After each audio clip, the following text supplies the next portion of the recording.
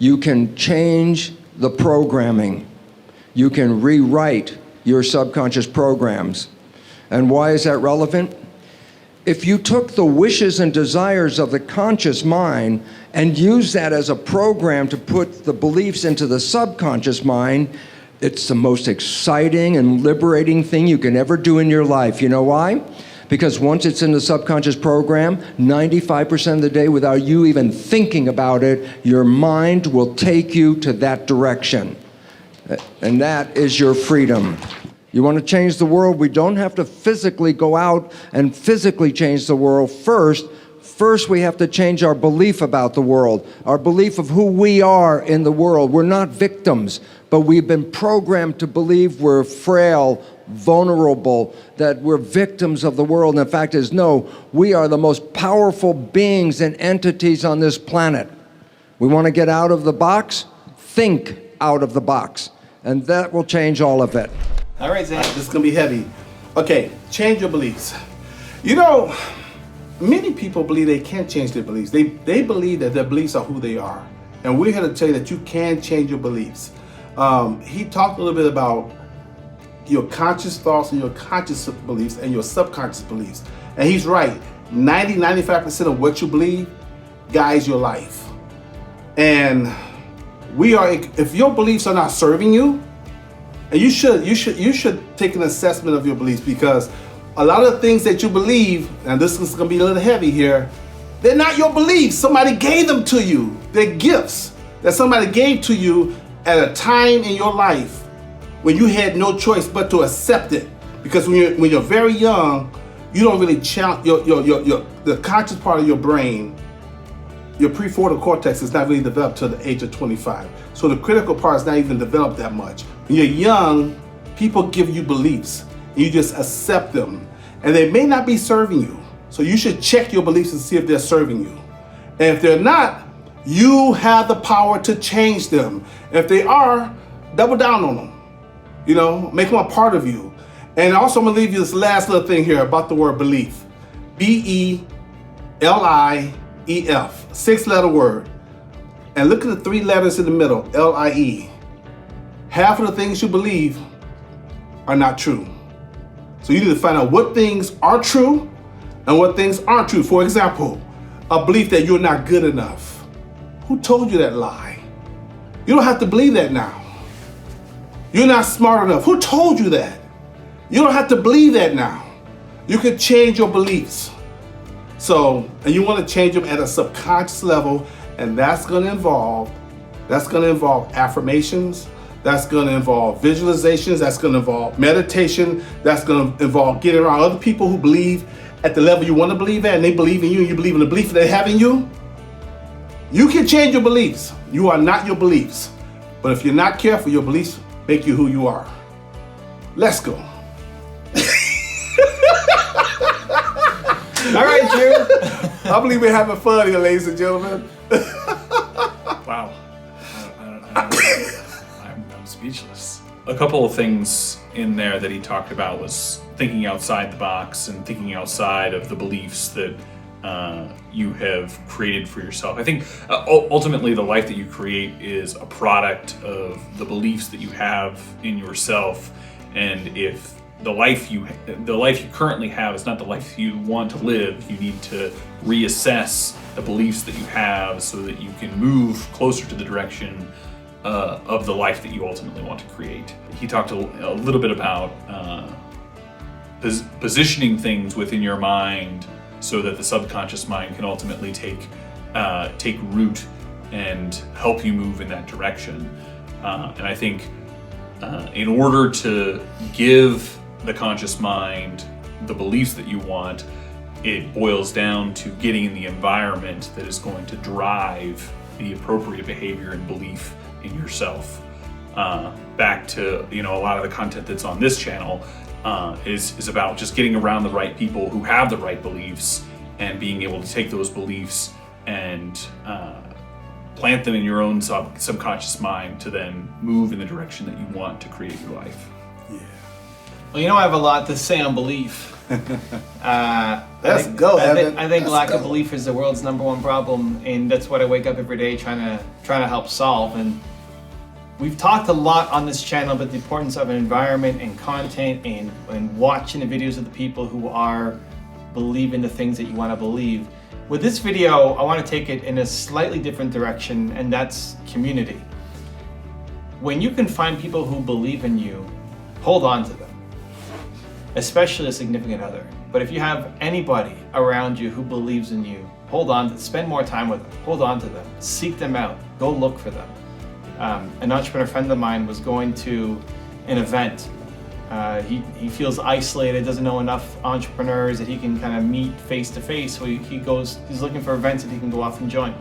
And because he watches his channel and he knows me and he's been learning a lot over the past number of years, I told him, listen, when you go to that event, you're gonna know more than probably the speakers who are on stage. If we're just going for knowledge, you're gonna know more than most of the speakers on stage. So the goal of going to that event is not to sit in the audience with your notepad out hoping to learn something. If you go there, you're probably gonna be disappointed because you already know more than most of those people. Your goal is community. So your goal is to go and find and introduce yourself to 25 people who are at that event, and to come out with 1 to 3 people who then you can meet in the coming weeks. You're gonna go and talk to 25 people, introduce yourself, get to know their business, explain what you do, and see who you have any kind of vibe with, that then you can continue the connection afterwards. You need community. You need to be around other people who are trying to do the thing that you're doing. And if you start to outgrow your community, then you hop to the next community and hop to the next community and hop to the next community, but you get started where you are with what you've got. And so whatever it is that you want to learn, whatever new belief you want to instill in yourself, look at what events. Like, yes, use these YouTube channels, use podcasts and books and other content, but look at what events are going on around you. A lot of them are free. A lot of them you just have to register and show up to. And make the goal not to go and learn from whoever's on stage. Make the goal to meet the other people who are there in that room, who are just like you. And 1 out of 25 people might be your next best friend, might be your next business partner, might be the next person to join your community and help you believe a little bit more in yourself. Also, to make sure you're actually taking action after watching this video, I've designed a special free worksheet just for this video. The worksheet will highlight all of the lessons learned in this video, as well as pull out our 3 favorite learnings and quotes that will inspire you to actually do something. The worksheet will also give you space to write down what your key takeaways are and your specific plan of action to make sure you're getting results. If you want the worksheet designed specifically for this video, absolutely for free, there's a link in the description below. Go click on it and start building the momentum in your life and your business. I'll see you there.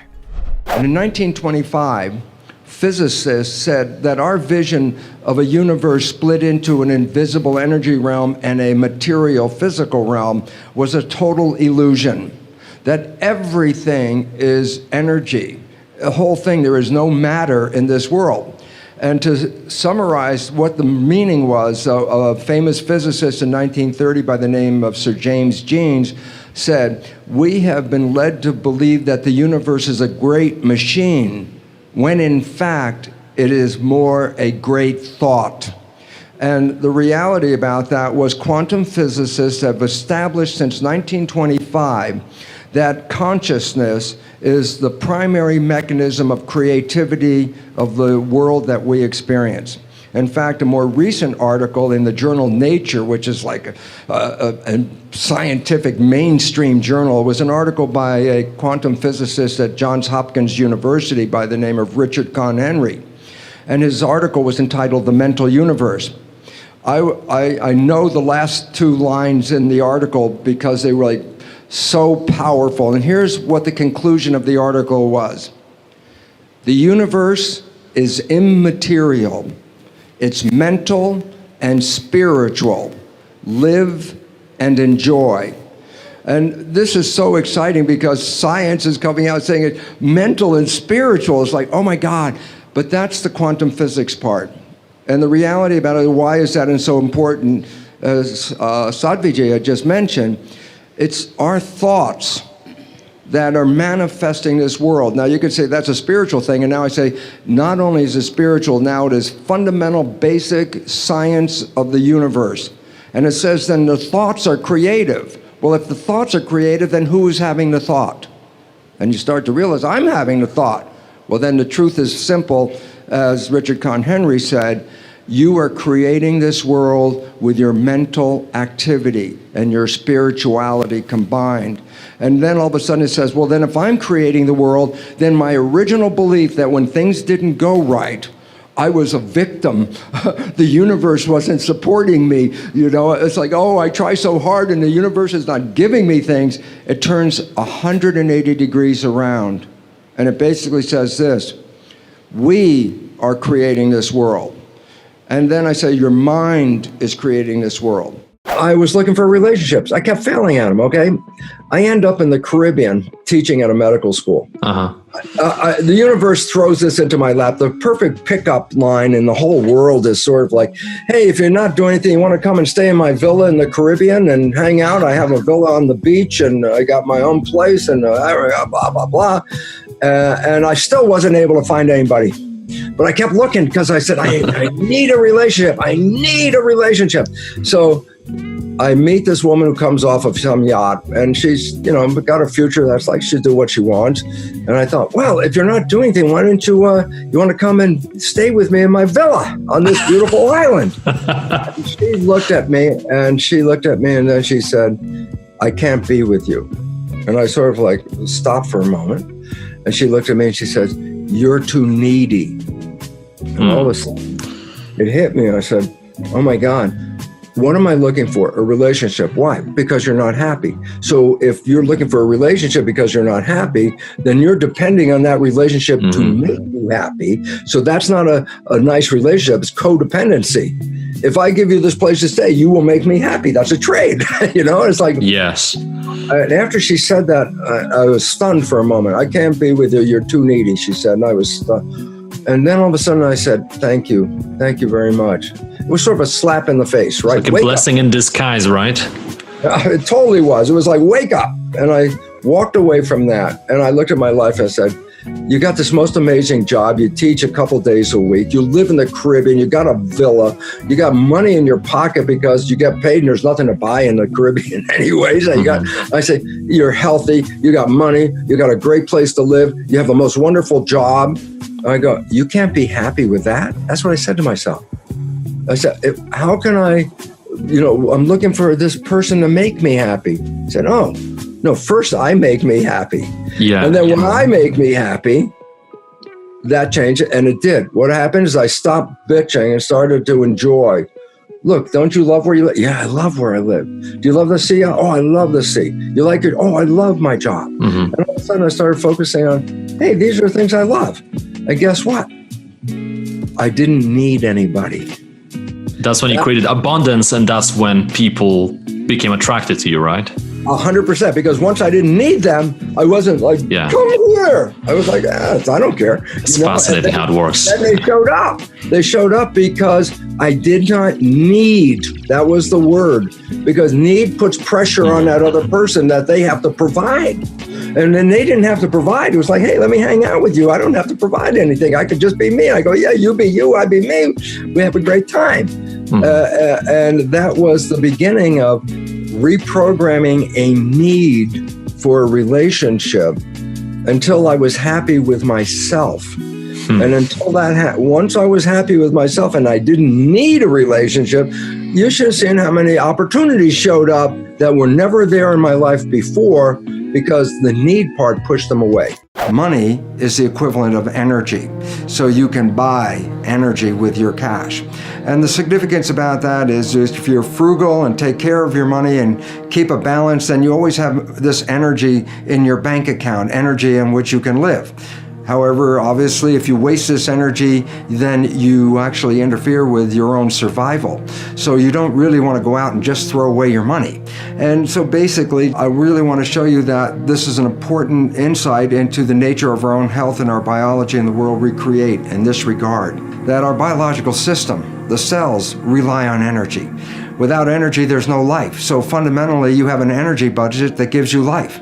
And in fact, in the body, energy is in coins called ATP, molecules that represent units of energy. So in fact, biologists refer to ATP as the coin of the realm. The significance of ATP is this, is that ATP molecules are like units of gasoline, like gallon of gas, that are used to fuel our biological processes. So to stay alive, we have to have all this ATP. So there's an ATP account in your body right now. But the question is, how do you use this ATP? And now here's an important fact, that 25% of the total energy in your whole body is used to operate your brain. So all of a sudden you start to recognize that the brain uses energy at the rate of muscles of a marathon runner. So brain and muscle activity are pretty much the same. And so why is this important? Because as you're using your brain, as you're using your thinking, you are actually using energy.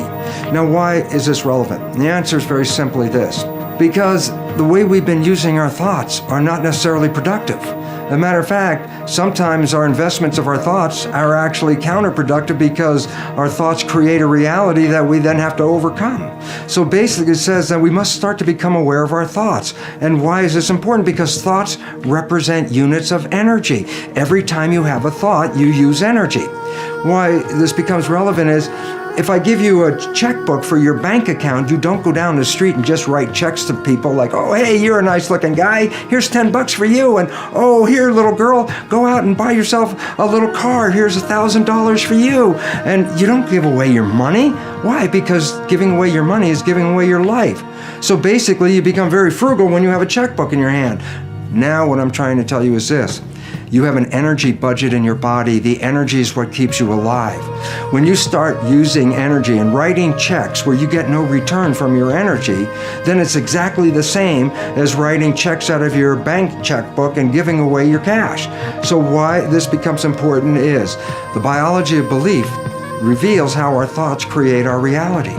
And if you start investing in thoughts that are counterproductive, thoughts like fear, or what am I going to do, and how am I going to escape this problem, or how's this going to go wrong, and all these other kinds of thoughts that are negative kinds of thoughts, then realize this, you are actually not just using your energy for having these thoughts, but these thoughts are also what come into your reality. What you focus on with your thoughts, your brain will manifest as reality. I was cloning stem cells back in 1967, 40 years ago. And the significance was, while I was doing this research, I was also teaching medical students.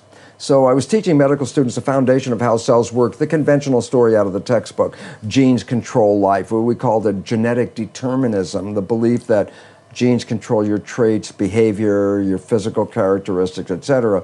And what my research revealed when I was studying the stem cells was this, very profound. I put one stem cell in a petri dish all by itself, and it would divide every 10 to 12 hours. So it'd be 2, 4, 8, 16 cells, 32 cells. After about 2 weeks, I have thousands of cells in the petri dish, but what was unique, they were all genetically identical. But then I did the experiment. The experiment was to take some cells out of the dish and put them into a separate dish with a different environment. Okay. And so the environment is a culture medium, but the culture medium to cells is like the world that we live in. It's got the air, the water, the food, all the things in it. So I take the cells out of my stem cell dish, put them in a separate dish with a different environment, and the cells form muscle. But then I went back to the same dish with genetically identical cells in it and took some cells out and put them in a different environment, and they form bone. And then I went back to the same dish with genetically identical cells and put them in a third petri dish with a different environment, and they formed fat cells. And there I was confronted with this reality. All the cells are genetically identical, but they had different fate, fat, muscle, bone. I said, simple question, what controls the fate of cells? And the answer is the environment. It was the only thing that was different because they were all genetically identical. So I started to really say, oh my goodness, here I am teaching genes control life to the medical students. And yet the cells were revealing to me that, hey, they all had the same genes, but it was the environment that I put them in. And so the environment controlled their life. And a very simple experiment that is very profound for us today is if I took my dish with plastic petri dish with cells in it and moved it from a healthy environment to a less than healthy environment, the cells get sick. And if I were a doctor of cells, you might say, well, what kind of drugs would you give these cells? And it turns out, no, you don't give the cells any drugs. You just take the dish from the bad environment, put it back into a good environment, and the cells will innately, naturally come back to health again. Well, how do you change the subconscious mind? I say, how did it learn in the first place? I say, what was the first one? I say, theta. 7 years. Brain was functioning lower vibration than consciousness. You have to slow down the brain to a much slower vibration. Then it goes into the subconscious mind. That's why hypnotherapists in the old days, they had a watch and they would swing it back and forth. So the watch would swing and they would tell the person, you're getting sleepy, you're getting tired. And the reason they say that is because that shuts down the conscious vibration. And the next vibration is theta, which is hypnosis. So to get you into hypnosis, first I have to get your conscious brain to stop. Mm-hmm. And then in hypnosis state, theta, the vibration theta, then whatever is coming from the outside is not going into my conscious mind. Whatever I see on the outside is going into my subconscious program. So if you want to change the subconscious, you have to talk to the subconscious. I go, how do you do that? Well, number one, hypnosis. And I go, oh, well, I need to see the hypnotherapist? I go, no, this is the cool part. Mm-hmm. I say, why?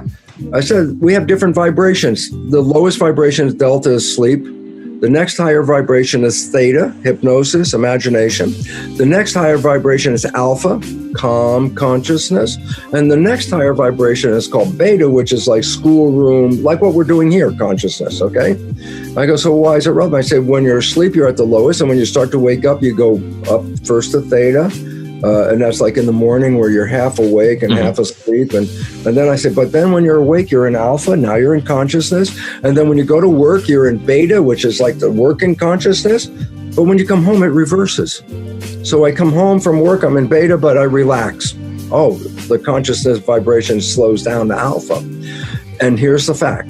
The moment that the vibrations get a little lower than alpha, consciousness is now shut off for the night. You're sleeping. Yeah, but there's a period of time after alpha shuts off before it reaches delta, the lowest one. There's a period of time of theta. I go, why is it relevant? I said, you put earphones on. And the moment, and you play a program of what? Of what you want. A self-help program of make a relationship, be healthy, do a job, whatever. You get the program, self-help program. I say, you put it on a CD player, let's say, and you put the earphones on. And while you're still awake, just before you go to sleep, you can hear what's going on. But the moment you fall asleep, conscious mind shut off, but guess what? Theta is on. The work is getting done, right? Right, it's good. You're getting a self-hypnosis with the earphone. So whatever you didn't hear it, you were sleeping. The subconscious mind was hearing it. And when you repeat that, that's how you put a new program in. So that's number one, self-hypnosis. The science that says there are two minds that are operating at the same time. One is called the conscious mind and one is called the subconscious mind. I say, what's the difference? The conscious mind is where you are as a spirit, an entity, a unique identity. You are in that conscious mind and perceiving the world. I say, what about the subconscious mind? It's not a creative mind. The subconscious mind is habits, things that you've learned and you experienced in your life, and they become habits. So the subconscious mind is not thinking, creating. It's subconscious mind, push the button, play the behavior. So here's the point. When we are in our conscious mind, we are connecting our spirituality to the biology and the physical planet that we're in. And that is the creative mind. That's the one you wake up in the morning and say, oh, I wish I had this and I desire that and these are the things I want. And then you go out and start the day, and then guess what? 95% of the day, you are not operating from the conscious mind. Science has recognized 95% of the day, because we are thinking 95% of the day, our behavior is now controlled by the subconscious mind. I go, okay, so what's the difference? And the final conclusion of this is the conscious mind with your creativity has your wishes and your desires. The subconscious mind was programmed by other people. Your mother, your father, your siblings, and your community. So what is the difference? You wake up with a wish and a desire of what you want, and then the rest of the day, you play the programs that you got from other people that don't answer your wishes and don't support your desires, and all you see is the consequence of it and go, oh my God, why is it not working? And the answer is because you don't see, because remember the name is subconscious, below conscious. So when that behavior is playing, psychologists will tell us 70% or more of the programs in the subconscious are disempowering, self-sabotaging, and limiting behaviors. So the simple reality is this: we have great wishes and desires, and yet our life is not controlled by that. Our life is controlled by the programming, and that programming is the disempowering program. So all you see is the consequence of the invisible subconscious, which will sabotage all the desires and wishes you have. And then to conclude that, what if you just didn't default to the subconscious? What if you just stayed in the conscious mind? That's called being mindful. And why is it relevant? Because when you stay conscious, keep your mind present, you are the creator of your life. And when people are in mindfulness, they manifest their wishes, their desires, and their happiness. So for all of us, it's sort of a wake-up call. You think you're running your life with your wishes and desires? It's an illusion. You're really running your life with your programs acquired from other people. Many people may think, well, hold on a second, so I can take 5 minutes and I can totally change my life, and that's all I need. And I think that's a really wonderful possibility, but the probability is this: are you going to hit the right statement? That is the one that you need to change your life. Okay, let's say someone's overweight, and they say in their mind, "I am, a number they like. I am 125 pounds," and you're not. And I say, so I want to change my weight, and I put a program in, I'm going to lose weight. And I go, well, wait, that extra poundage, that might be due to protection. I go, what do you mean? I say, if I, as a young person, was abused, then the consciousness is, if I'm a heavy person, they won't bother me anymore. And so the weight isn't due to just eating food. The weight was actually due to I'm safer being heavy than I am. I say, well, if you want to change your weight, you can talk about the weight all you want, but until you adjust the problem from the fear, that I'm going to be abused, that's where the problem came from. It didn't come from eating food over here. So I say, well, you can change beliefs. Sometimes I like to give a visual. As a matter of fact, I visualize a big spider web, which has like circles and then lines coming out, like a web, okay? And so there are links as you go around. There's also anchors where the web is anchored at a couple of places. And I go, each belief is like a link in that spider web. And you can do one link and another link and another link. That really change the spider web.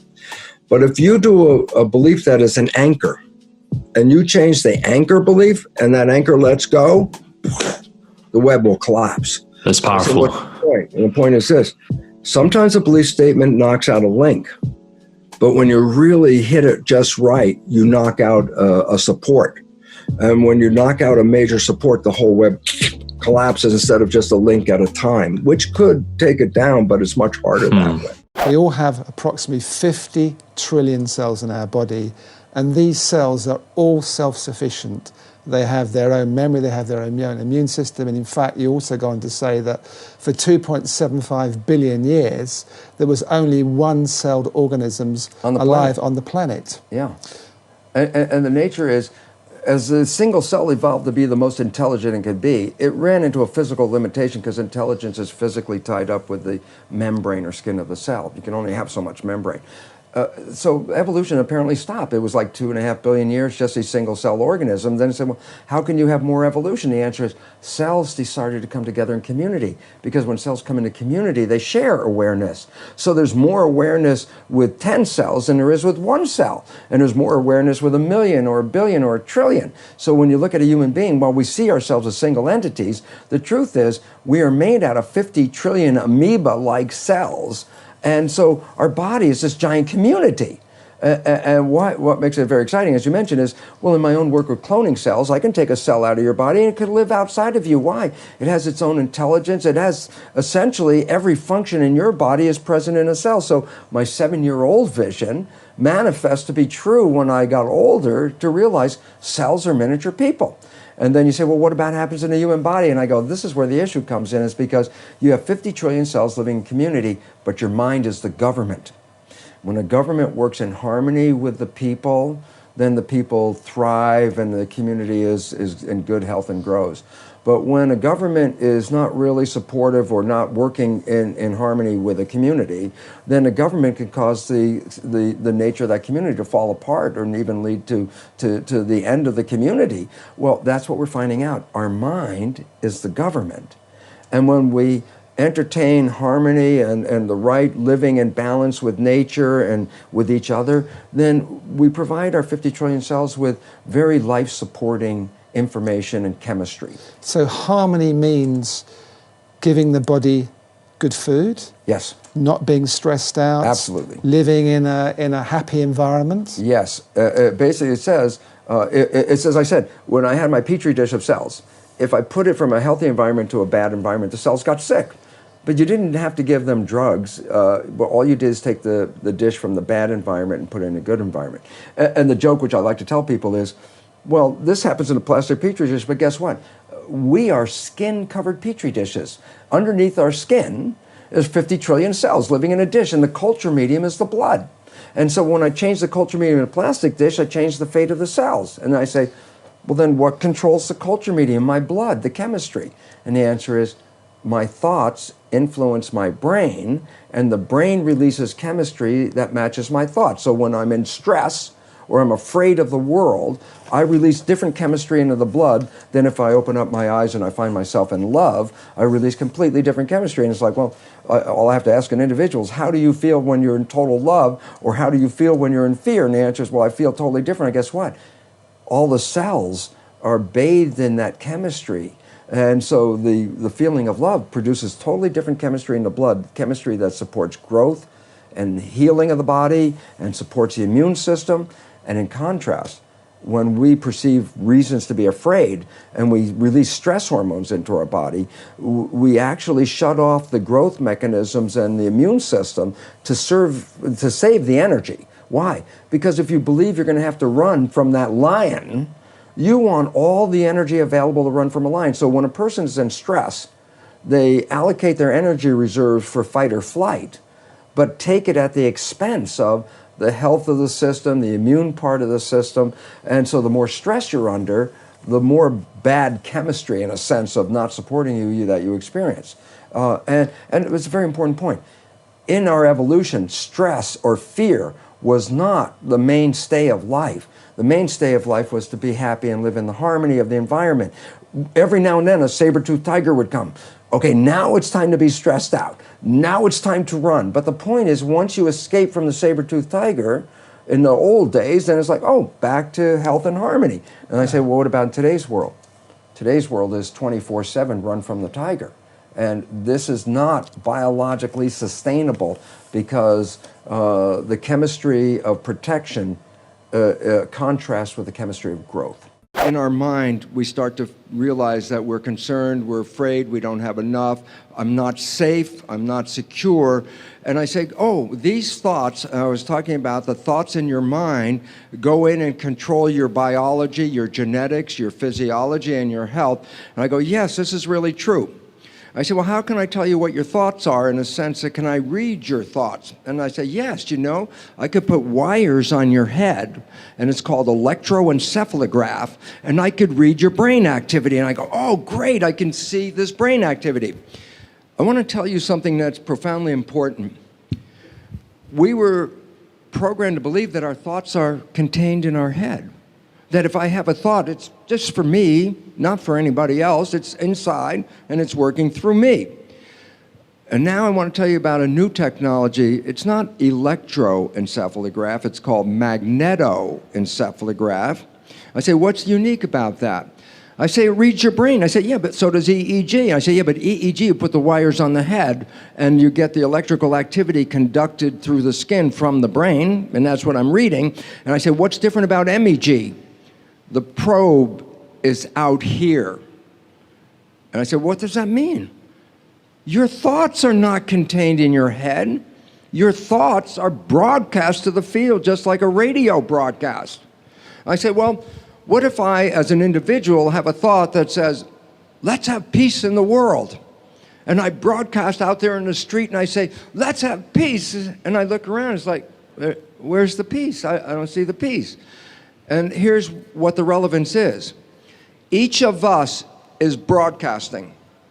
If you get enough people to have the same thought, that broadcast is amplified. Each of us has a small power, but if you put 1,000 people with the same thought, 10,000, 100,000 people with the same thought, you are broadcasting a most powerful thought, not just in your body, but out in the field. I say, your energy is in the field, the thought is in the field. And you go, well, what does that mean? And then I'll give you this most wonderful quote. I used it the other day in a lecture from Albert Einstein. And the quote is so important. Here's the quote. The field, so a definition, the field is the invisible energy. Right now you're in a field, there's cell phone broadcasts, television, radio broadcasts, all kinds of information coming across, but guess what? Each one of you is a broadcast in that field. The quote, the field is the sole governing agency of the particle.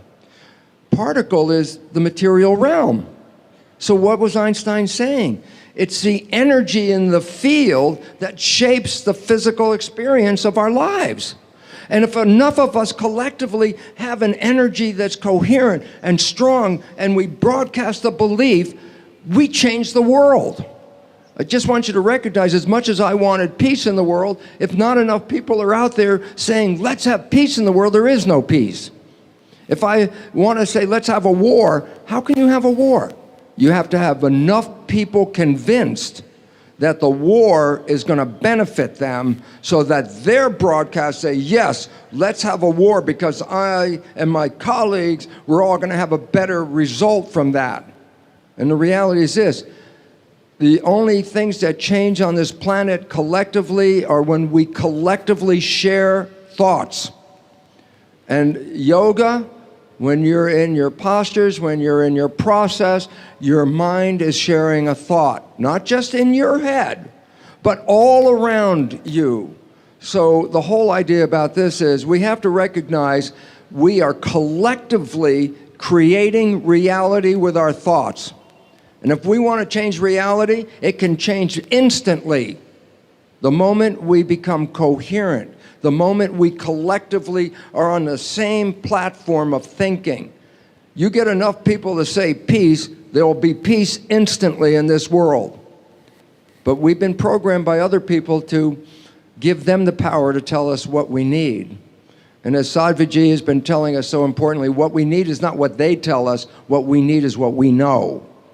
And I really hope that you understand this, because when you have your thoughts, recognize it's not contained in your head, your thoughts out in the field.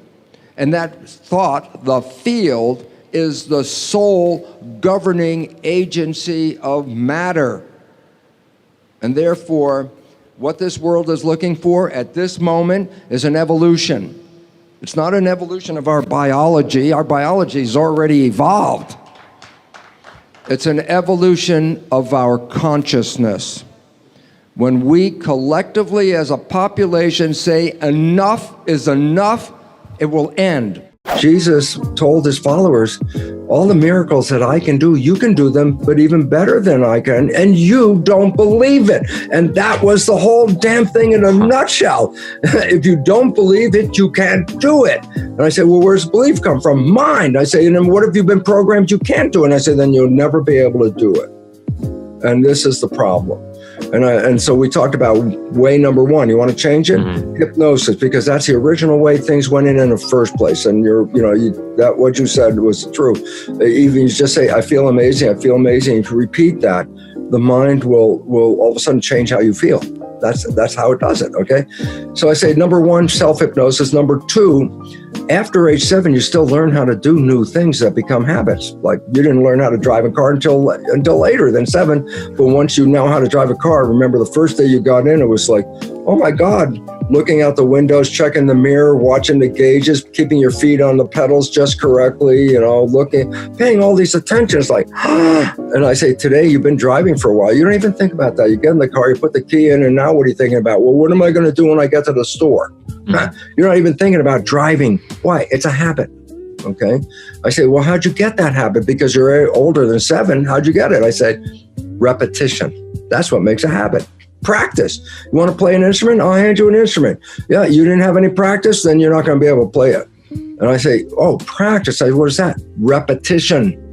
That's the second way the subconscious learns. Repeating something over and over and over again, because that's called habituation, making a habit. And I love it. The new age today thing is fake it till you make it. I go, what the hell is that? I say, you're not happy. Yeah, most of us have trouble being happy. And I say, but what if every day, all day long, then you can remember, you say, I am happy. In spite of the fact that what the hell is going on, you just say, I am happy. I am happy. I am happy. I go, why? What's going on? I say, repetition. And there'll be a point where you'll repeat it to the degree that the subconscious, which learns by repetition, will put in, I am happy. I say, then what's the consequence? I say, what's the function of the mind? Take that program and manifest it. Now that it's in there, I am happy. I wake up one morning and guess what? I don't have to say I'm happy. It's automatic. I'm already happy all day long. Why? My program said that. 95% is coming from that.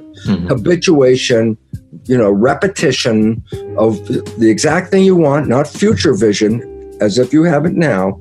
We'll put it in a program. So that's first 7 years hypnosis. After 7 years, repetition, habituation is how you change it. A sticky note, people put that stuff on a mirror or someplace and they go, oh yeah, the little sticky note. And I go, that is not repetition. That's a suggestion. A repetition is a practice. You have to repeat things. You practice an instrument, you practice driving a car, you practice doing these things, and then it became real. Okay, so the first 2 things are hypnosis. Second thing is repetition.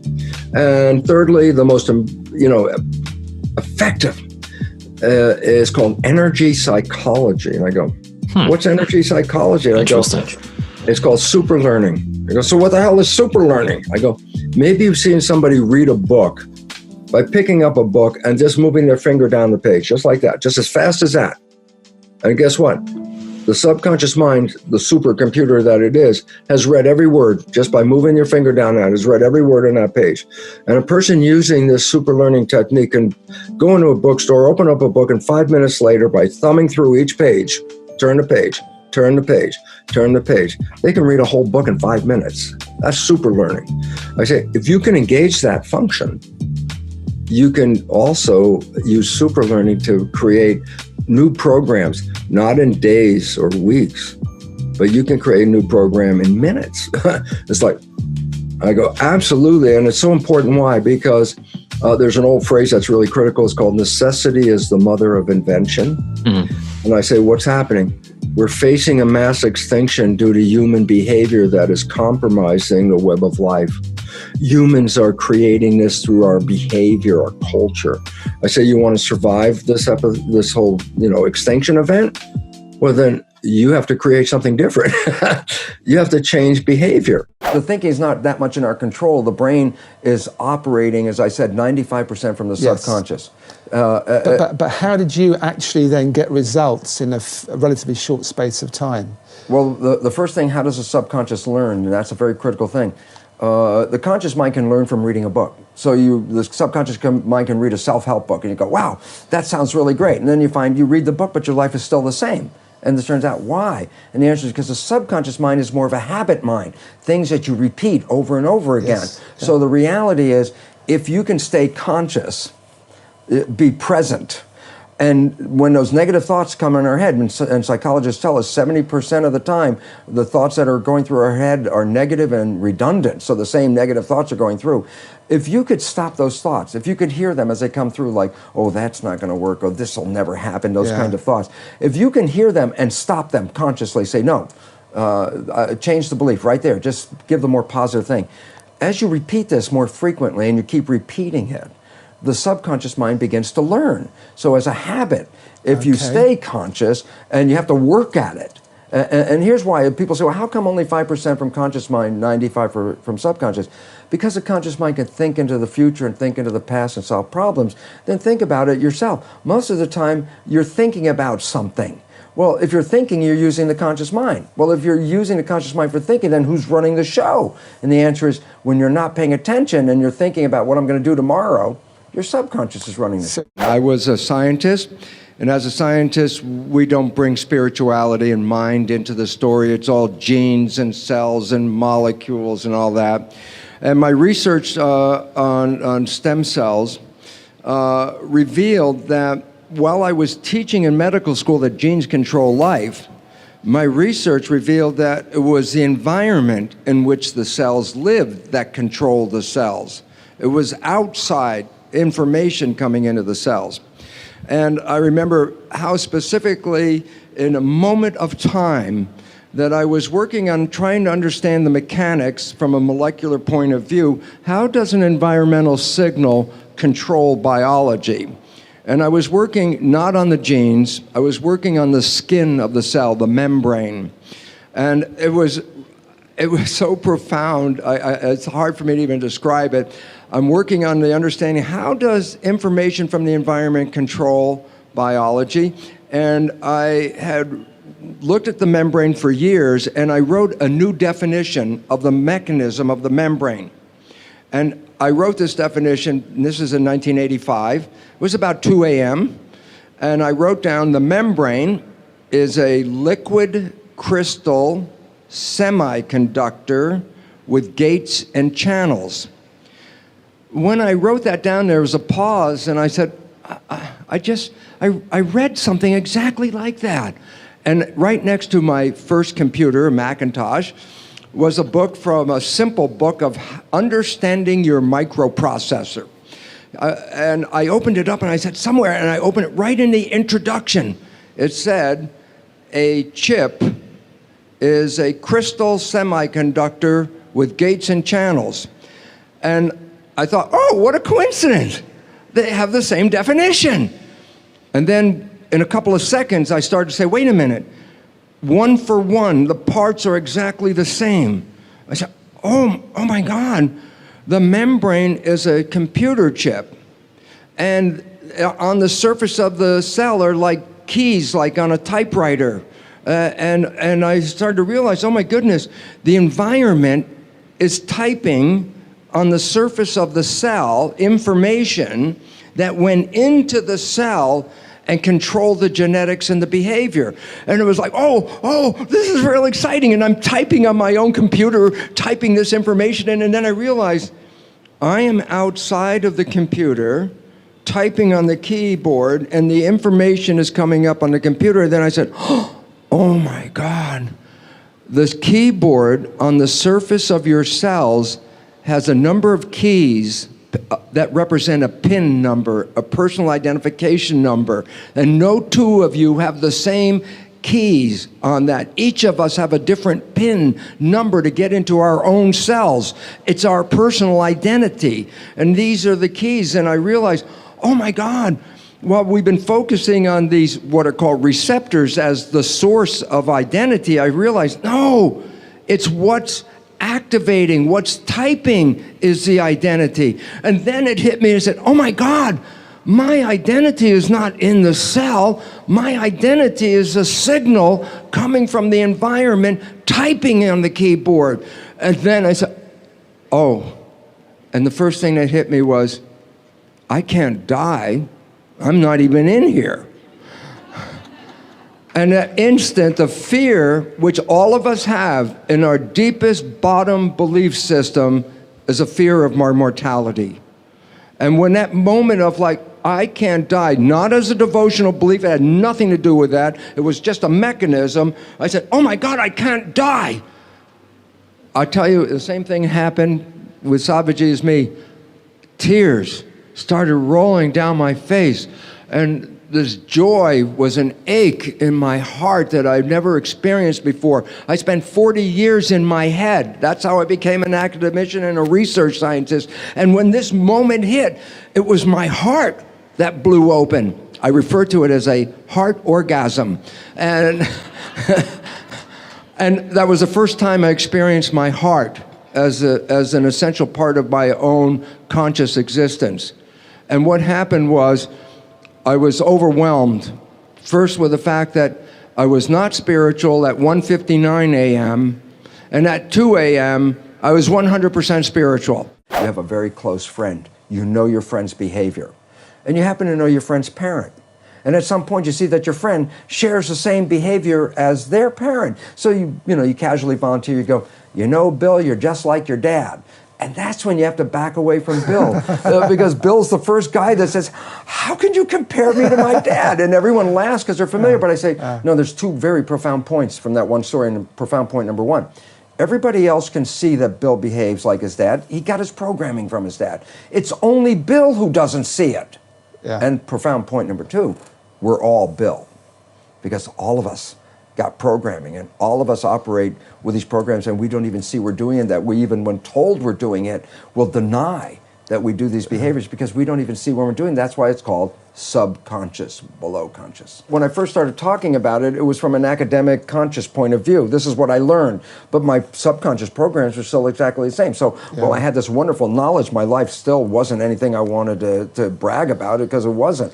And as you know, that old game, well, who would you like to be? And I could think of anybody I'd rather be than me.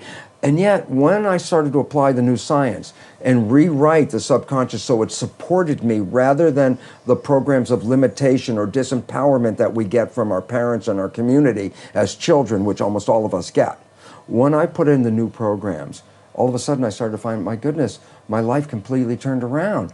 All wonderful things started happening in my life. I was healthier. I haven't been to a doctor in 20 years. I don't need that. I don't take any of their drugs. Why? Because most of the illness is just from the stress of not living in harmony. And when you learn to get rid of the limiting programs that we got as children and put in programs that support you, guess what? Then all of a sudden, the place turns into heaven. And it's interesting, people, I tell people, well, you create your own life, and then they look around and go, I don't want responsibility for this, but I say, well, you didn't know you were creating with these unconscious beliefs.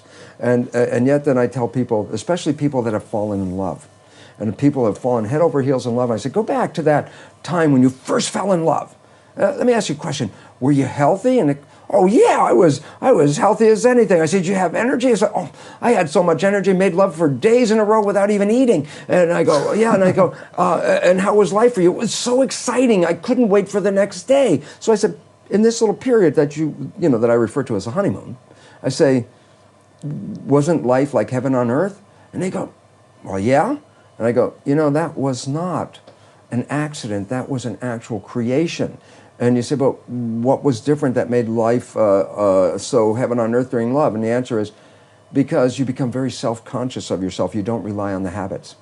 The day before you meet this person, you're going to go on a date. I say, especially to women, I say, how long did it take you to get dressed? And they say, well, it was 15 minutes and I was out of the house. And then I say, now, tonight, you're going to go on a date with this person who has just rocked your world. And I say, how long does it take you to get dressed? It's like, my God, it may take an hour or two. And I say, yesterday, 15 minutes, today, an hour or two. What's the difference? Yesterday, I got dressed by habit, because I get dressed every day. Yeah. But tonight, I am looking in the mirror, meaning I am self-conscious. I am making sure that I represent myself to be the best individual I can be. And when both parties are not relying on the habit, and both of them are saying, I'm creating the best I can be, they're living in the moment of the now, they're being very mindful, they're being very present, and guess what? Heaven on earth is created. The cells in your body are covered up by the skin, disconnected from the environment. But in order to survive, these cells have to adjust their genetics and their behavior to adapt and maintain their survival in a changing environment. So the question is, then how do the cells inside your body actually know what's going on in the real world, because they're not connected to it? I go, this is the role of the nervous system. The nervous system's job is to read environmental signals and then relay those signals into the cell. So as illustrated right here, we are getting signals from two different environments in our body. Signals from within our body as well as signals from without our body, and the function of the nervous system is to read both of these environments. The relevance is the nervous system reads the information in the environment and then translates it into signals that are sent to the 50 trillion cells inside your body to alert them to what is going on in that world. So, in fact, that is a true statement. The environment is controlling the behavior of your cells. But the mind does an interpretation of those signals based on our life experiences. Now, for a lot of people, this seems difficult, but let's put it in a different context because we can talk about computers. There's a very interesting fact about our brain as a computer because it has an autocorrect mechanism built into the subconscious. Meaning what? Well, I can have my conscious mind like typing on the computer about what's going on in the world. But if I type something, that signal can be translated and sent to the cells.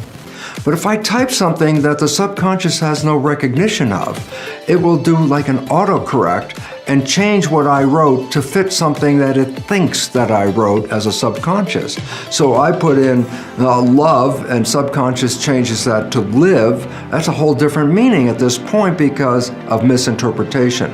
So the point is, your wishes and desires of your conscious mind are filtered by the programs in your subconscious mind. And if you have a wish or desire that doesn't conform to a program that already exists, then the subconscious mind's job is to retranslate that into something that makes sense for the subconscious belief, not for the conscious. So we may have wonderful wishes and desires, and if it doesn't conform to the programs that we receive, the subconscious will change those into something it understands. To make sense out of what I just said, consider using your cell phone. That you write something in your cell phone such as, let's put the word epigenetics in the cell phone.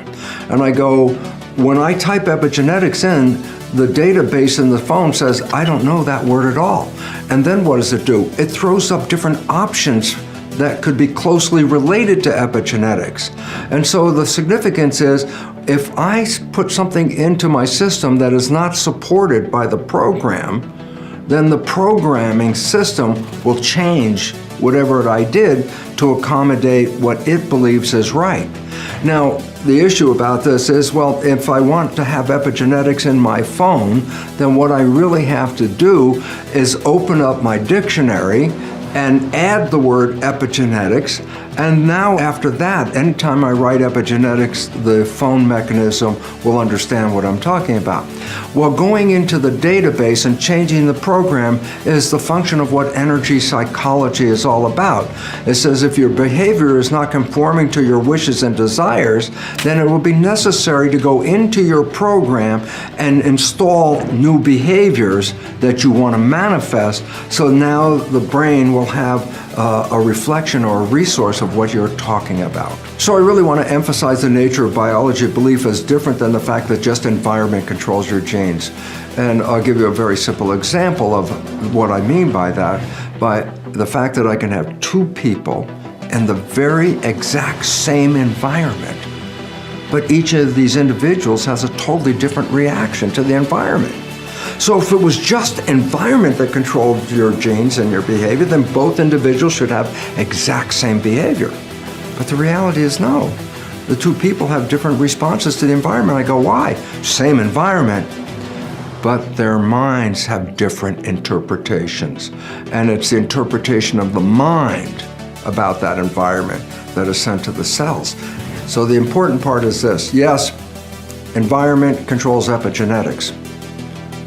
There's an external environment, but an internal environment. And yet recognize in humans, the internal environment is not a direct readout from the external world. It's an interpretation of that external world. And that's why each of us has a different response to the world in which we live. And that is why the biology of belief is an extension of the foundation that environment controls epigenetics. You want to change the world? We don't have to physically go out and physically change the world first. First, we have to change our belief about the world, our belief of who we are in the world. We're not victims, but we've been programmed to believe we're frail, vulnerable, that we're victims of the world. And the fact is, no, we are the most powerful beings and entities on this planet. We want to get out of the box? Think out of the box. And that will change all of it. As you understand the terms quantum physics and quantum mechanics, or Newtonian physics and Newtonian mechanics, what you see is that physics and mechanics are synonyms. So physics really means the mechanisms by which the universe operates. And the new physics, quantum physics, was something that I really wasn't into, nor were any of my colleagues in the medical school. We were all trained in Newtonian physics. And the difference between the two is very profound. Newtonian physics says the world that we live in, the universe we live in, is a machine made out of mechanical parts.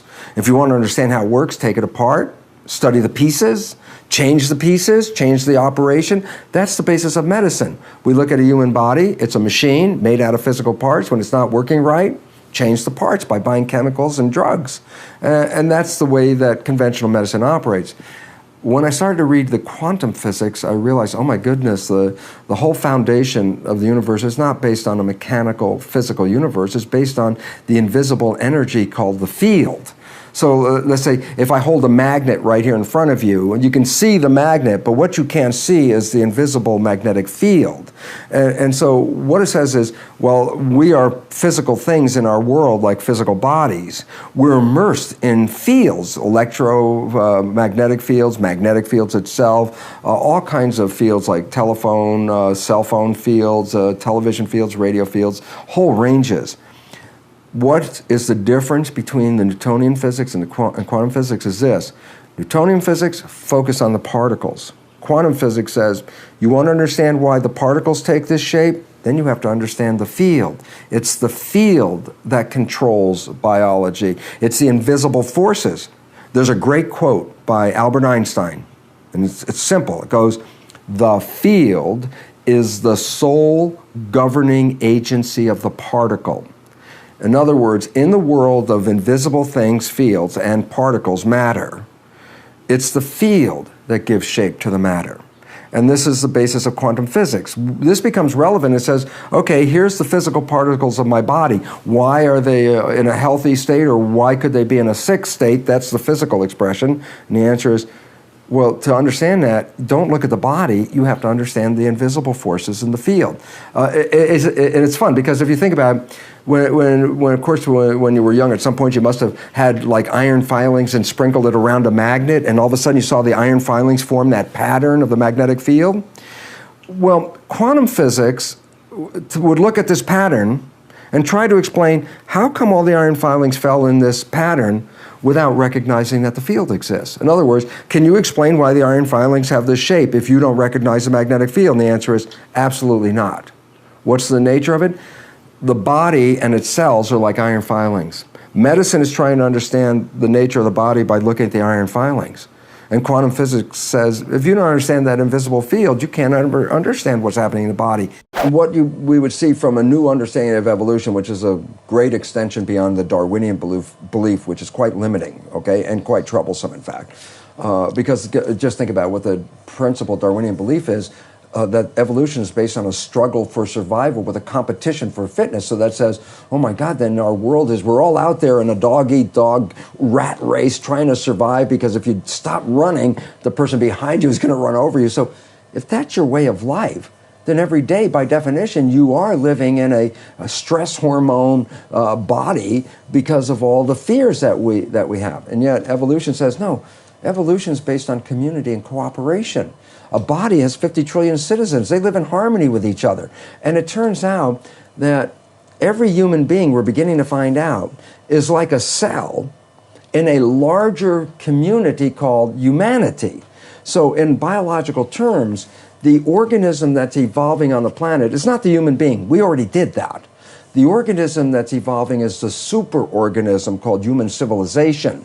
And right now, humans are fighting each other and killing each other. And if I say, well, what would that look like inside the body if the cells fight each other and kill each other? And I say, oh, well, that's called autoimmune disease, self-destruction. And autoimmune disease can kill you from the inside. And that's on the increase, isn't it? Oh, absolutely, because our biological lives are complements to the environment. Yeah. The more stress and more violence on the outside, the more that's taken inside in biology and converted to disruption and disharmony of your own cellular internal community. If you can create a honeymoon for yourself while you're in love, and everyone started to create a honeymoon for themselves, then all of a sudden the concept of war and violence would disappear, because if everybody's in love and everybody's in harmony and everybody's so excited by being here, then the competition and violence that we live by because of today's beliefs would disappear.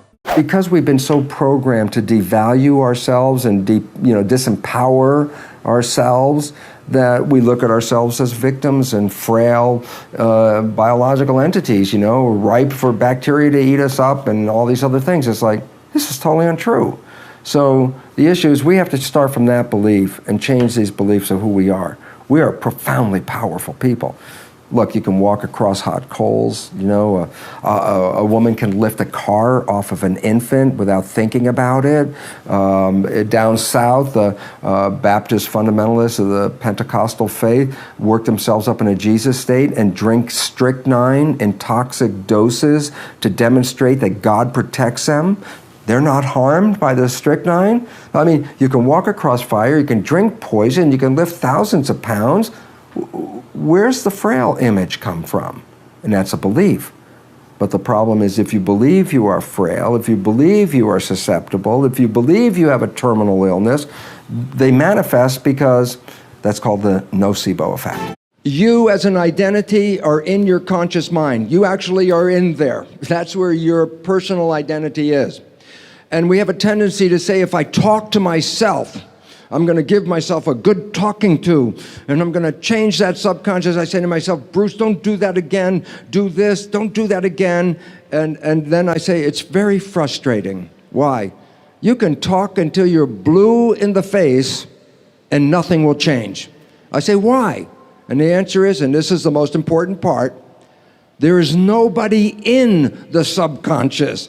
There's nothing there. It's a machine. It's a record playback device, so you can talk to the machine as much as you want. If you don't know how to push the record button, nothing's going to happen. So then I say, how do you change the program? I say, how did you get the program? The first 7 years, your brain was in theta, hypnosis. So I say, you want to change the program? Every night when you go to bed, just as your mind disconnects, just as you fall into sleep, your brain is now operating in theta.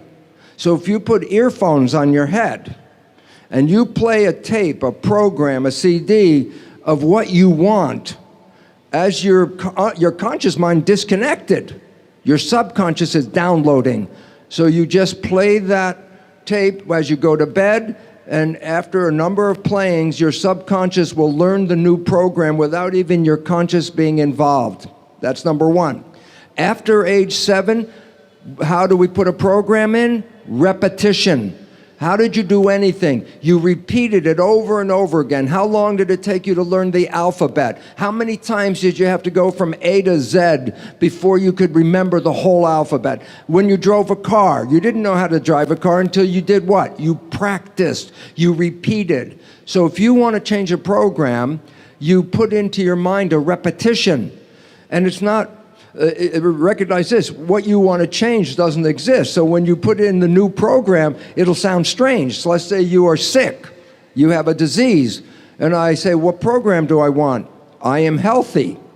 I go, it doesn't sound right. I know I'm sick. I say, I don't care. There's a saying in English, fake it until you make it. What that means is, if you want to be happy, just keep in your mind, I am happy. I smile, even if you have to force a smile. I am happy, I'm smiling. I say, repeat this and repeat this. And guess what? After a short time, it becomes a habit.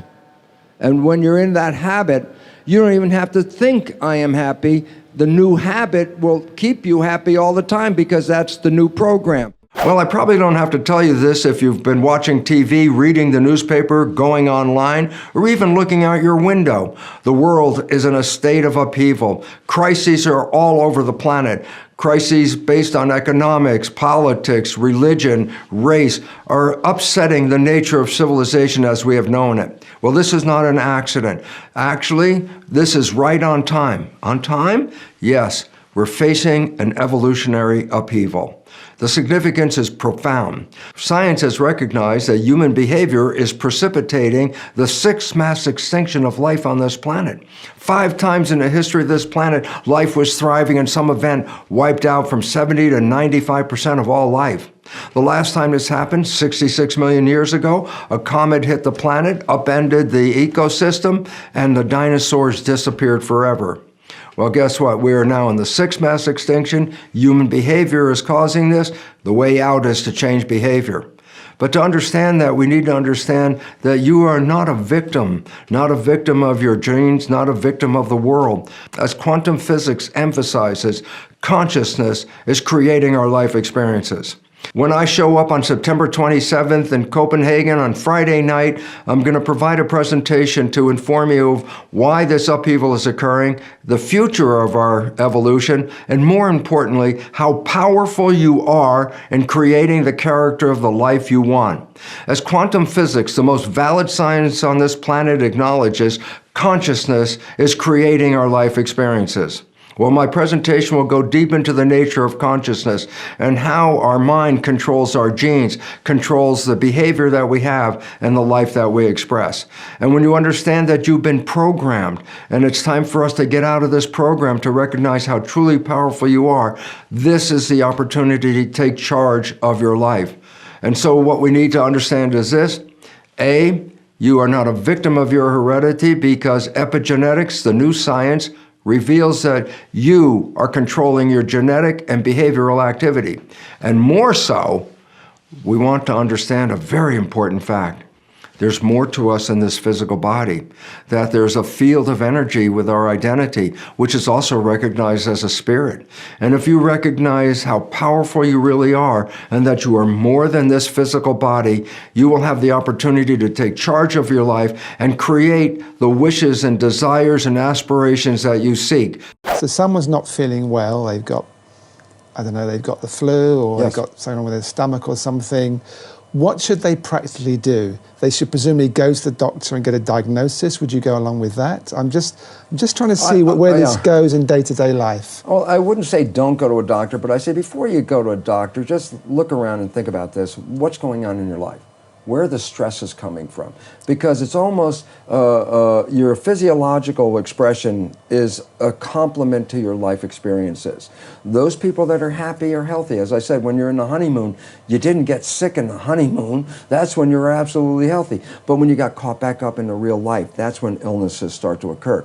So we always look at, oh, I must be sick. There must be something wrong with my biology. When it turns out, it didn't begin with your biology. Only about 2% of illness is actually connected to genetics, let's say. 98% of illness is not just genetics, it's environment. So when a person says, oh, I have the breast cancer gene, and people think, oh, I'm going to get breast cancer. And I say, well, wait. 50% of women that have the breast cancer gene get cancer. What about the 50% that have the gene and didn't get the cancer? And we never study that side. We only study the side that got the cancer. And you find out, well, what is it that the 50% do that don't have the cancer yet have the gene? What's different? The answer is their lifestyle is different. Their stresses, their fears, their concerns are not the same as the one that get the illness. The genes are like give you a propensity to get a disease, but that propensity is based on how you perceive life. And it's interesting, studies show that when children get adopted into a cancer family, the adopted child will get the cancer with the same percentage or probability as any of the natural sibling. And you say, but the child came from totally different genetic stock. And the point is, yes, it wasn't the genes that promoted the cancer, it was the lifestyle that promoted the cancer, especially the lifestyle of stress. And then I say, well, if stress is causing lifestyle, and I look around at the world and I go, my God, no wonder everybody's sick. Every day is filled with more stress than the day before. And if you buy into the stress, you take that disharmonious vibration, essentially, bring it into your life, and you end up with disharmony inside your body. Your life is a reflection of what you see. They did a recent study where they looked at some genes controlling inflammation. And then they read the genes of these people, and then the people went to 8 hours of meditation And at the end of 8 hours, the genetic activity was completely changed. In other words, you can change the genes in just 8 hours of a meditation. And that means how powerful your thought is in controlling your biology. I don't want to say don't go to the doctor, so I'll go back just 20 years ago, the last time I went to a doctor. Okay. I went to a doctor because I had pneumonia. And I said to myself, well, yeah, I can see why. At that moment in my life, there was so much stress going on in my life that I could see I had opened my system up to that. But then I also realized, okay, well, I can, handle this with my consciousness. But then I realized the bacteria were doubling and they're growing faster than I can handle my consciousness. So I said, okay, now's the time for some penicillin. But the concept of it was, I don't rely on the penicillin, and all I had to say was, look, I get back on my feet and I go, it was my responsibility. And if I don't get into that same stressful situation again, then I won't have to go through this again. And it's been 20 years. So it's intelligent learning, isn't it? Yes. Don't discard the element of medicine until your consciousness gets high. And the fact is, when people have lower consciousness, because they're not strong enough in their consciousness to really manifest everything they want, they really need to take care of themselves more. Eat better, better nutrition, do more exercises, do these things to add to your health. But the surprising thing is, if you get more and more and more conscious, there's a point where you get so conscious, then you become like the person we refer to as Jesus, who does all these miracles. And what did Jesus say about the miracles? He said, you could do these better than I can do them, but you don't believe. And that is the absolute truth. Because when you fully have control of your consciousness, with that belief, you do create the miracles. The miracles of spontaneous remission, for example, a person terminally ill who all of a sudden says, I'm not buying this. I'm going to change my vision of life. And the moment they change their perception, they have what's called a spontaneous remission. Again, that would be called a miracle, but what was it? Taking full control of consciousness and manifesting a life of being fully conscious and present and seeing what brings harmony into your life and avoiding or eliminating as best you can any of the disharmony that exists on the outside, because disharmony will make disharmony inside. This is a truth, but if you really understand this truth, you have to change the way you are living. Because you're living by some materialistic, Darwinian, Newtonian, give me more matter, I'll be happier. And it's like, that has nothing to do with that at all.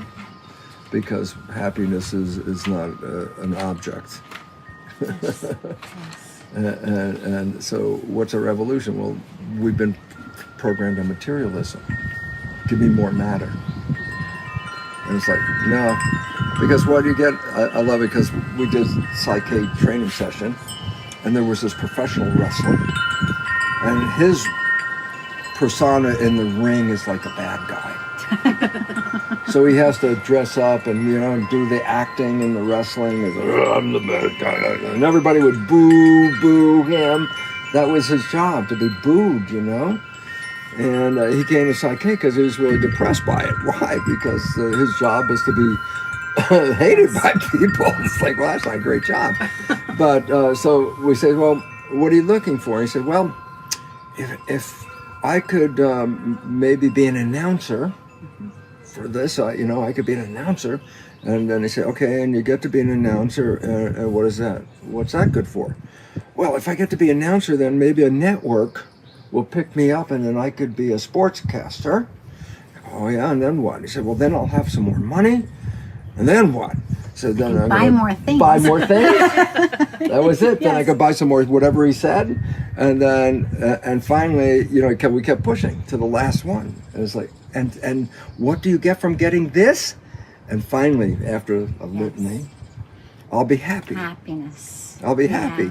So I remember Rob and I looked at him, and Rob says, "Well, you could be happy from gate one. You didn't need to do any of this stuff to be happy." Because even if he actually did do all of those things, even if you simply could say, well, that was a circuitous route, but at the end it did bring happiness, that would be different. But we know you go through this whole circuitous route, don't pick it and up. at the end you're still not happy. No, that's what the rich people are.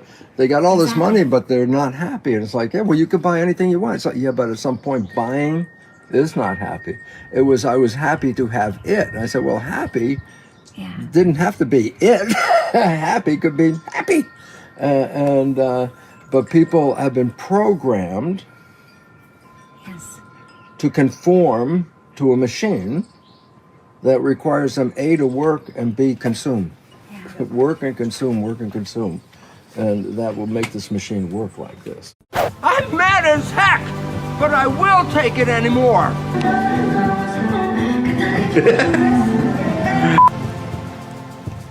He's a Joby.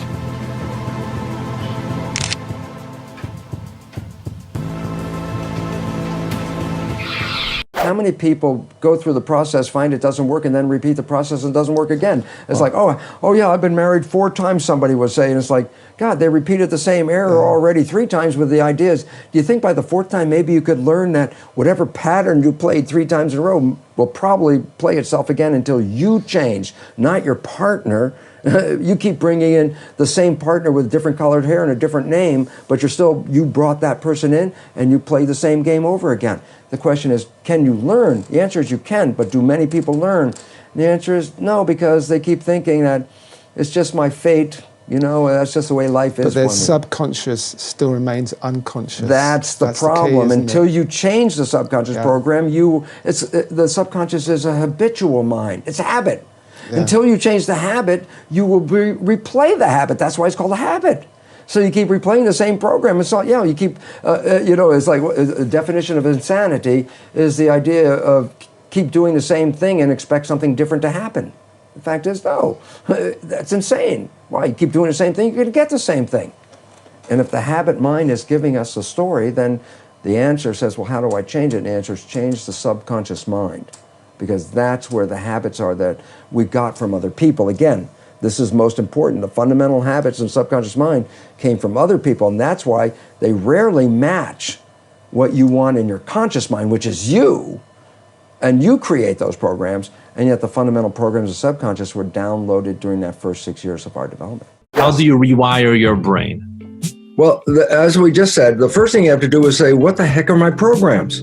You don't have to fix a program if it works. The only one you want to fix is the one that doesn't work. So then you say, well, what are the programs? And I can already tell you, the things that don't work in your life that you desire to have in your life, and you are creating an effort and a struggle and a lot of work to make it happen, the reason why it's not working is because somewhere in the program, it doesn't support that conclusion. So this program does not allow you to have this. So the thing is, well, as long as I have this program, I'm never going to get this. And even if I get it, it's going to disappear if as soon as I let go of the control, it's going to disappear because the subconscious take it away. So the first thing is identify, well, where are you having trouble? And I say, whatever that destination is, that the thing you were looking for, whether it was a job, health, relationship, whatever, if that's where you're having a trouble, recognize this. The program is counter to that. It's the opposite. The program is the opposite. That's why this can't stay here, because this is going to 95% of the day create a different program, not the one you wanted. So I say, so if I have a trouble relationship, then basically my program for a relationship doesn't work very well. In my case, that was true. For 50 years, I was operating from the program of relationship that I downloaded from my parents, who had a really sucky relationship. It was so bad. And I was just manifesting it unconsciously until I started to change. Once I changed, now I have heaven on earth. We came here to create. We came here to experience love. We have a sensory system. If it's not love, it takes us away from our creation.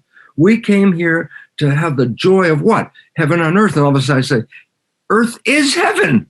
Earth is where you came to create.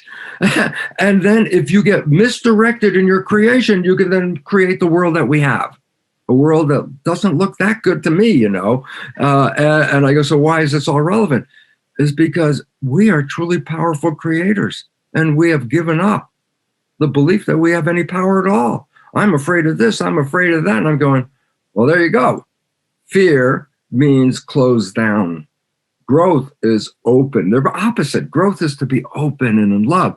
Fear is to close down in protection. We cannot survive by closing down. Anything that closes down will die. And so we have to, it's the fear. And then I say, so what about Bruce? Because you might ask me that question. What stopped the fear in my life was I owned my spirituality as a scientific reality. I didn't go through a devotional phase, not spiritual, and then I had to learn a lot of stuff, and then I became spiritual. I was a biologist and saw I am not in here. I am a broadcast. And that moment of, I cannot die. You cannot die. You're not in there, but you have to not, like have a devotion to spirituality. It's either you believe spirituality or you don't believe it. And for me, it wasn't a devotion. It was a scientific mechanism. And the relevance was the moment I saw that, my life just like, boom. And what happened? I said, I lost fear.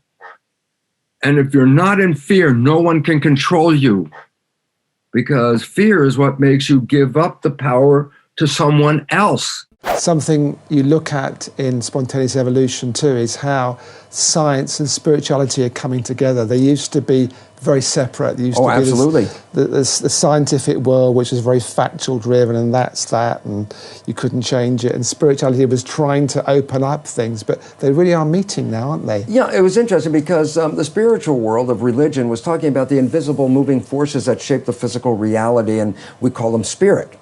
And then science only came into existence because it made a detente with the church. In the very early days of science, it said, look, we won't tread on your invisible spiritual domain. We will just study the physical world. And when Newton was able to predict the movements of the planet by just looking at the physical features, then scientists got the ideas, well, if you can understand how the universe operates by just studying the material world, we don't need that invisible stuff. But in 1925, Newtonian physics was incorporated, subsumed by a bigger physics called quantum physics. And quantum physics emphasizes the universe is made out of energy, it's not made out of matter. And then I say, well, what does the quantum physicists call this energy that the universe is made out of? I say, well, they call it the field. I say, what's the definition of the field? I love this. Invisible moving forces that influence the physical world. I go, my goodness, that's the same definition as spiritual that's used for spirit. And I go, yes, quantum physics emphasizing the invisible field as primary to the physical world is essentially reiterating the statement of the spiritual people who talked about the invisible forces shaping our physical existence. And so, by definition, science, the new science of quantum physics, is bringing us back into alignment with the spiritual reality. Hopefully, the dogmatic beliefs of the church, which had talked about these wonderful terms but didn't allow us to live there, and science, which is still stuck in its material plane, will both divest themselves of their dogma and allow us to come together and recognize that we're all part of that invisible field, that we don't even live in our own bodies, if you understand the nature of how the cell works, that we are part of the field being downloaded into our body, that we're all, by definition, the field, or we're all spiritual, same definition. And if we recognize this, the unity of it, and that you cannot be taken out of the field, and you cannot be, in a sense, punished by the field, you are the field, then maybe the beliefs, those very restrictive beliefs from both science and from the dogmatic religion, will disappear, because the people owning their own spirituality, owning their own responsibility, and not saying, oh, it's spirits that did this or things, other factors, that we are the creators, will generate a new world. Because what I firmly believe is very simple. Go out and talk to the average person anywhere in the world and say, if you could create a world, what would you like? Well, I'd like a world where there's peace and harmony, and I'd like some food and a job. And I go, isn't it amazing how everywhere you go in the world, virtually the entire population has the same belief? And I go, then how come we don't have it? And the answer is because the leadership isn't exercising that belief. So I trust the people to take over the leadership of this world, and that the structure that is actually in a state of collapse. When it collapses, this will be our opportunity to evolve from the very destructive Darwinian perception of a world into a more holistic holism that says we're all part of the same system, we're all cells in the same body, and when we work together, we will create magic on this earth like nothing has ever been seen before. So I'm very optimistic about that. For another amazing Bruce Lipton video, check it out right there next to us. I think you'll enjoy it. Continue to believe. I'll see you there. I don't care how much knowledge is in your head. If that knowledge doesn't go into your subconscious, your life will stay exactly the same as it was